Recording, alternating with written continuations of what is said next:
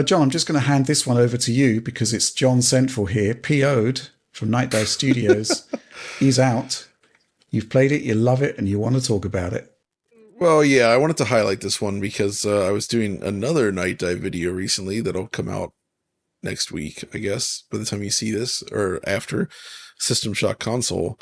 But they've also released PO'd, and I'd be curious to know what percentage of the audience watching this has any idea what the heck that is, because PO'd was essentially this very, very strange, otherworldly first-person action game that first released in the 3DO by a small company called Any Channel.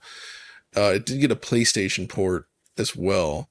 And what made it weird beyond the themes and the creatures and strange visual designs was it had this like sense of verticality to it where you're just like navigating very strange geometric structures in full 3D, often vertically, while just dealing with all kinds of strange challenges, platforming, combat. I mean, you're like this crazy chef dude with a frying pan as your first weapon, but you end up getting legit weapons. But it also has, because of its heavy reliance on a mix of textured surfaces with flat shading, it kind of reminds me a little bit of MDK, and just in terms of that strangeness, which I found very appealing. It's just an example of a game from an era before everybody had figured out like the formula for first person games. And this just feels like a crazy, wild experiment. And I kind of blown away that Nightdive decided to remaster it just because, hey, that's cool. That's what they do. To me, that says like, that's both good from a Nightdive freedom perspective. Like they're able to actually do something like this. And also like Atari, who owns them now, basically saying, like, can you imagine Embracer Group at this point being like, yeah, gents, go ahead and make a new version of PO'd for the consoles. Yeah. I don't see them being okay with that, but that's or exactly what we PO'd on got here. Game Pass. Go for it. Let's do that at a Microsoft studio. Exactly. But the cool thing here though is that especially on 3DO, it did not run well. It was a very choppy game. It was better on PlayStation, but 3DO was rough, dude. And it's also one of the few games that has visual bugs when played in backwards compatibility on a PS2. So like the sprites kind of break in a weird way if you do that. So it's this new version though supports new and older consoles, so last gen and current gen. If you play it on any of the modern systems like Xbox Series X, S, PS5, you get a nice 4K 120 FPS presentation, which is great. Yeah. It's got all the niceties you expect from Nightdive, including, all the FOV adjustment, which it was a narrow FOV originally, so it's nice. There's a bunch of visual features you can turn on and off to sort of change the look of the game. You can either enhance it a bunch, or you can kind of go with the original strange aesthetic. I haven't actually tested it yet, but like most of their ports, I suspect it supports mouse and keyboard. I need to try that for sure, but every other Nightdive game that they release has mouse and keyboard support. So another nice thing there. It's even on the Switch. It's nice there. Like basically it's what you expect from Nightdive. It's a remaster of an old game with lots of quality of life features, great technical implementation, perfect performance. If you're up for some PO, there's really no better way to play it, which is something I never thought I would say, ever. There's no better way to play PO, but now I can say it. Well, all those features, John, it's what the original developers would have wanted. I would say, yeah. I mean, because playing it on 3DO, good man. performance, certainly, but it was bad. I do have a copy of it on 3DO. It's upstairs though. I'm just trying to piece together the commercial proposition that the guys at Nightdive put together to actually greenlight this project. I mean, it's amazing that this stuff happens. I just don't understand how it does. That's one of the reasons why I'm such a staunch supporter of what Nightdive does, is because they're able to do stuff like this. Like the idea that there's a market for PO'd in the modern era is insane to me. And I'm so happy that they were allowed to make this. That's awesome.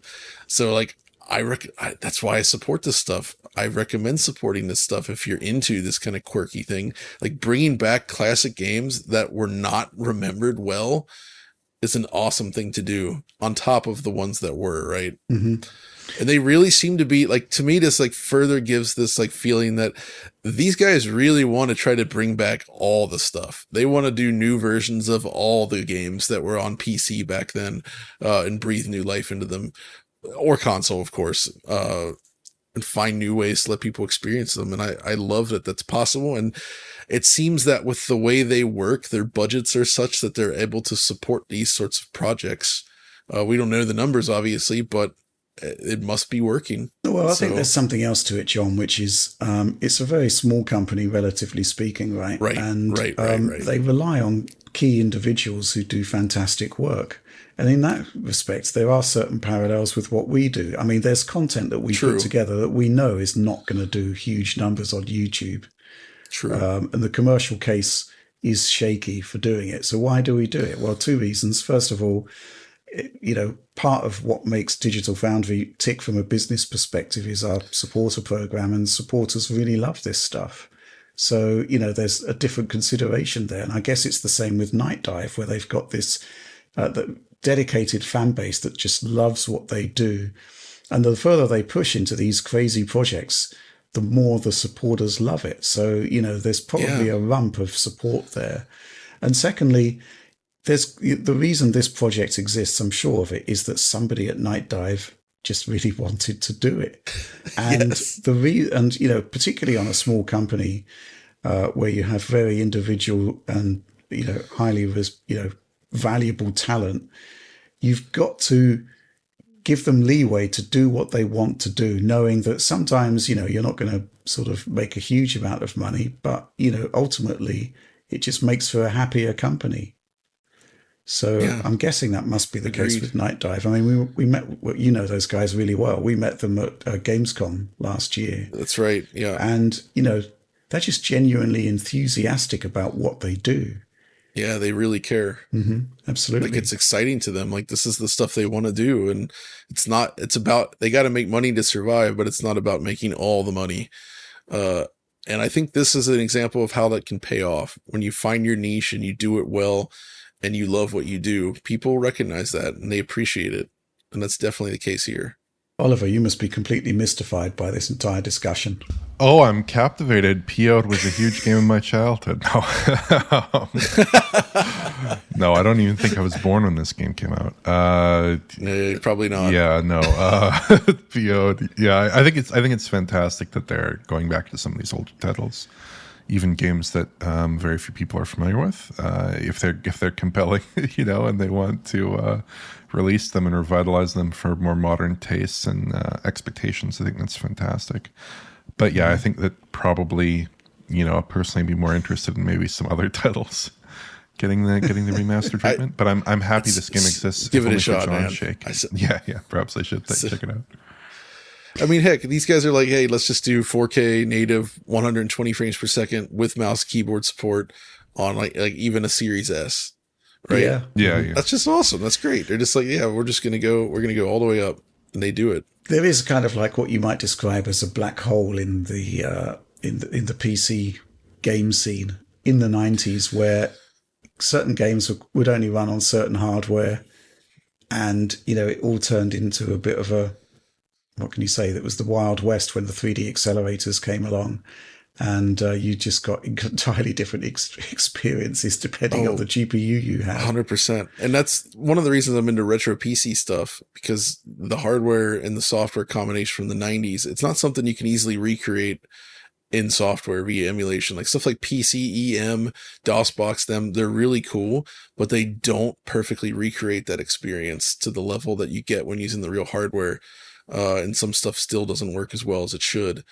And unless you're into that old stuff, the chances are it's going to be tough to enjoy some of these games. They're just not going to play the way they should.